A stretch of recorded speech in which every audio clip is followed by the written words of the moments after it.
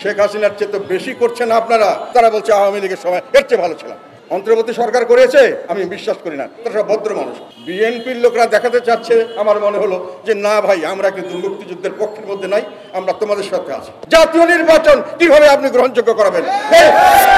আমার কাছে দুঃখ লাগে যে আমাদের বিএনপির ভাইয়েরা এত সিনিয়র এবং এত দেশপ্রেমী, এত জনসমর্থন, তারা কিন্তু এই সেট আপে আসার জন্য যে বাইরের জন্য না থাকেন, তাই সেই জন্য কিন্তু তারা মুক্তিযোদ্ধা একজন তাকে 3 মাস সাসপেন্ড করে দিয়েছেন।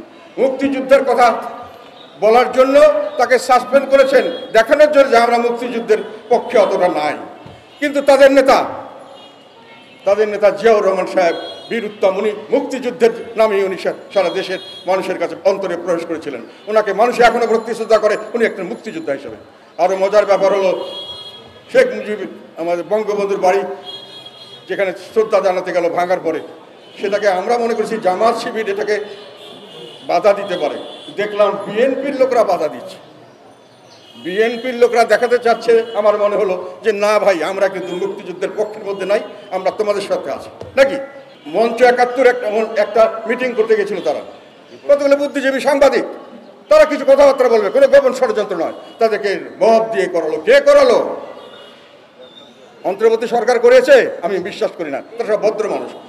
আর তাদের যারা নিয়োগকর্তা তারা করেছে, তারা এত ক্যাপেবল না। তাদের নিয়োগকর্তারা এসব করছেন এবং তাদেরকে উদ্ধার করে যেখানে ছেড়ে দেওয়ার কথা, উদ্ধার করার পরে তাদেরকে মামলা দেওয়া হচ্ছে, হাস্যকর মামলা। এই হাস্যকর মামলায় তাদেরকে জেলেছে। আমি তীব্র নিন্দা জানাই।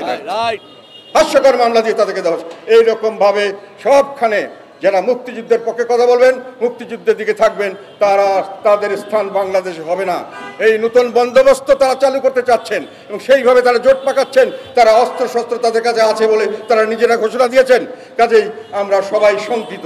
আমার মনে হয় সামনের দিকে নির্বাচনের ব্যাপারে আমি বলতে চাই যে ঢাকা ইউনিভার্সিটিতে এবং পরবর্তীতে জাহাঙ্গীরনগর ইউনিভার্সিটিতে এই নির্বাচন করার পরে সেই নির্বাচনকে গ্রহণযোগ্য করানো এখনো সম্ভব হয় নাই।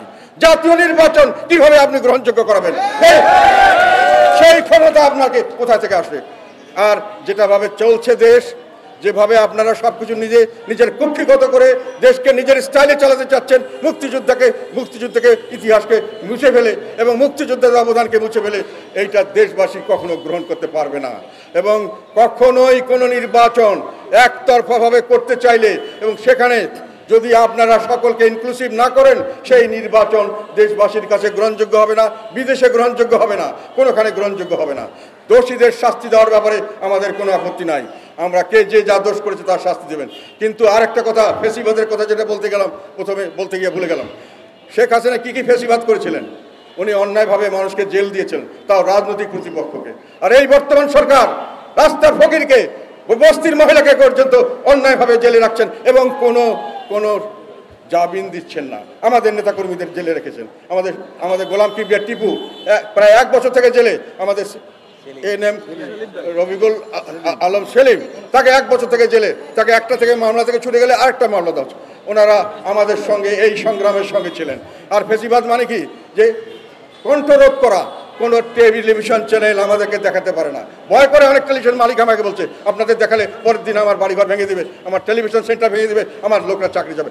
হাজার হাজার সাংবাদিককে চাকরিচ্যুত করা হয়েছে, তাদেরকে ফোর্স মামলা দিয়ে ঘুরে বেড়ানো হচ্ছে, তাদেরকে মামলা দিয়ে অত্যাচার করা হচ্ছে। এইগুলো কি শেখ হাসিনা করেছিল? না। শেখ হাসিনার চেয়ে তো বেশি করছেন আপনারা। মামলা দিচ্ছেন, বিভিন্নভাবে মানুষকে অত্যাচার করছেন এবং মানুষকে নাজেহাল করছেন এবং কণ্ঠরোধ করেছেন।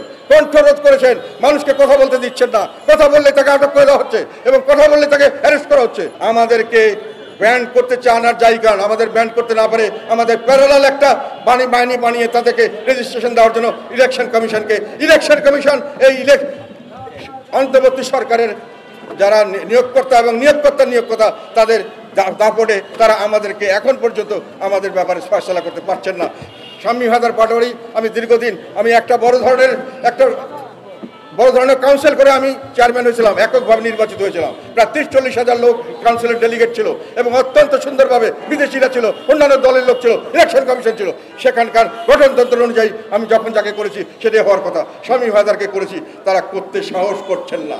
ইলেকশন কমিশন বসে আছেন নিয়োগকর্তা কি বলবেন?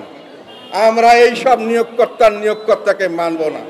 আমরা দরকার হলে বুকের রক্ত দিয়ে দেশের জনগণের অধিকার আদায় করে নিব ইনশাআল্লাহ। আমাদেরকে এত ছোট মনে করবেন না। দেশের জনগণ আমাদের সঙ্গে আছে। বেশিরভাগ মানুষ এখন বর্তমান সরকারের কাজকর্মে বীতশ্রদ্ধ। সাধারণ মানুষ যারা আওয়ামী লীগকে দেখতে পারতো না, তারা বলছে আওয়ামী লীগের সময় এর চেয়ে ভালো ছিল। খবরের কাগজ, নিখাদ, নির্ভীক, নিরপেক্ষ।